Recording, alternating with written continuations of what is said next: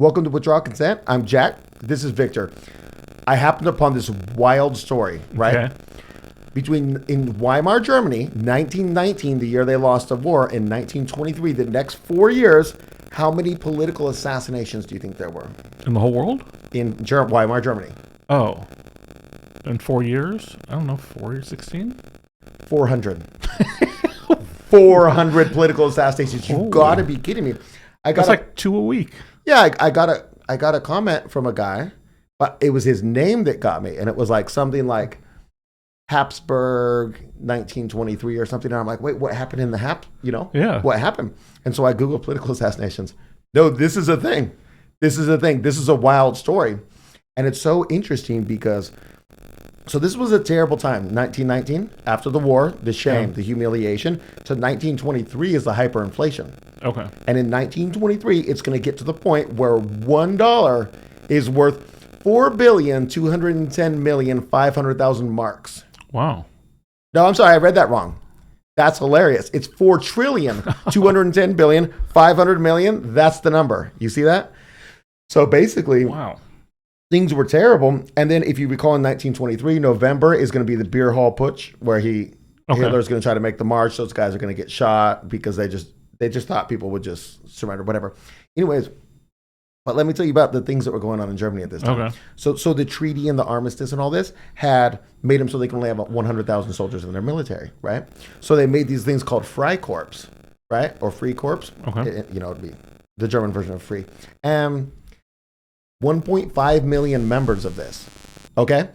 These are private armies funded by generals. And there's 1.5 million of these soldiers running around. Now, if you extrapolate this, the population of Germany in the 1920 census was 62 million. So we're approximately 6 times bigger than them. If you extrapolate this for the United States right now, it's like 9 million soldiers just walking around on the streets, right? And so basically, there's the stab in the back theory. We talked about that before, right? And the hyperinflation, the poor, and they're just out there just whacking people. We're talking about if 400 comes out to 1 every 3.65 days. So 2 a week.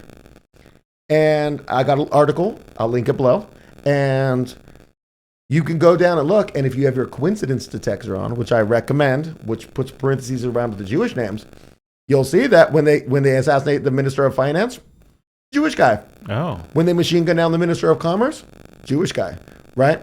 But is there it's not because they're Jewish, it's because of what they're doing? It's not because they're Jewish. It's because of what they're doing. And the Jews are doing the thing. And it causes, like the article says, and this causes a rise in anti-Semitism. Wait, because the people doing the thing are this one type of people, right? Just happen to all be this, right? Right. And then that doesn't matter about the, nice Hebrew who's Christian. Right. It matters about the people doing the thing. Right. And so these are called the Feme Murders. I don't know why they're called that. But I just thought that this was so interesting. But who's directing them, or how are they picking the people that they're assassinating? Do we have any idea? I don't know about that. Okay. I do know that they're not one big, the Freikorps are grouping. There's a lot of different organizations in there for different districts and stuff. And then different generals are, somehow the generals are picking. But they're getting their revenge for being betrayed in World War I. Oh, I see what you're saying. And these are all soldiers who were just in the war. Gotcha. Because remember, they were winning at the end of the war. Yeah. I even read you that passage from East of Eden. And it's like they're still gung-ho. Right. We can still do this. And then now you get all these soldiers and they're trained and they're pissed and so I wanted you to think about this. Okay, I'm not advocating extrajudicial murders. Sure. Okay.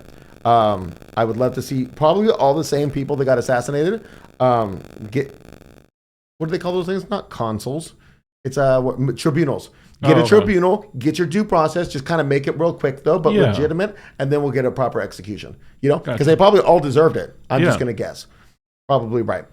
But what would America look like today if there were 9 million people with guns in the streets, just making sure there's no smash and grab robberies, just making sure the politicians are acting right? There would not be one politician in D.C. Right. Not one would show up. They would summon Congress and nobody would show. The sergeant at arms is not there to drag people. Nobody's going to come. They know they're not going to make it.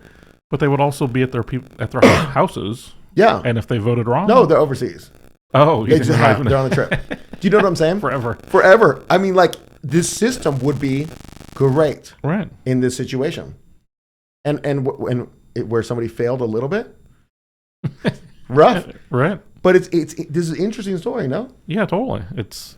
You're answering to the people ultimately in the story, and I think that's great. Yeah, and I prefer a due process way. Yeah, totally. But desperate times call for desperate, and when I said it's $4 trillion, bad. It's $4 trillion. Right. It's marks for $1. You think inflation's bad now, right? That's nothing. Right. And you're just trying to get by. Anyways, it's so funny because I've read so much history about this period, and I've just never heard it. That's incredible. And then a guy's name on Rumble made me find the story. You know, I'm sitting there with my wife, we're trying to watch the show, and I'm like, "Are you kidding me? Listen to this." She's just like, "Watch the show." You know? Yeah, leave you alone for a little bit. Yeah.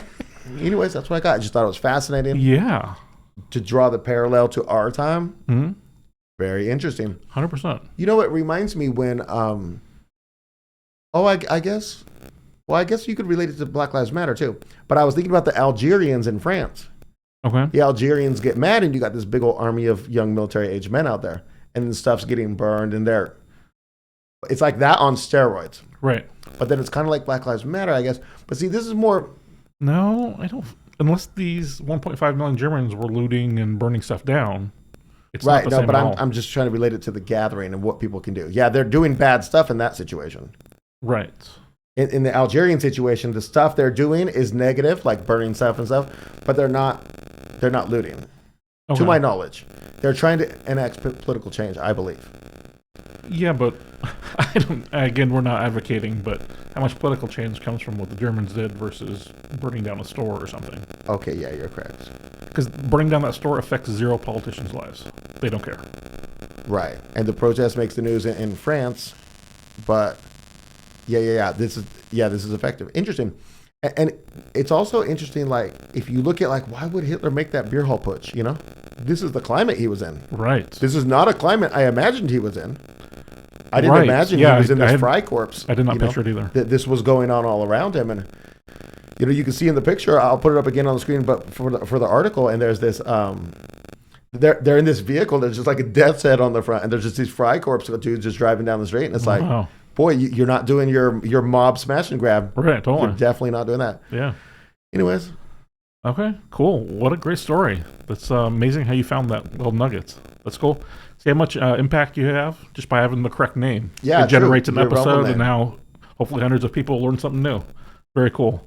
As this episode is evidence of, we love the comments and the input, and hopefully we'll see you next time.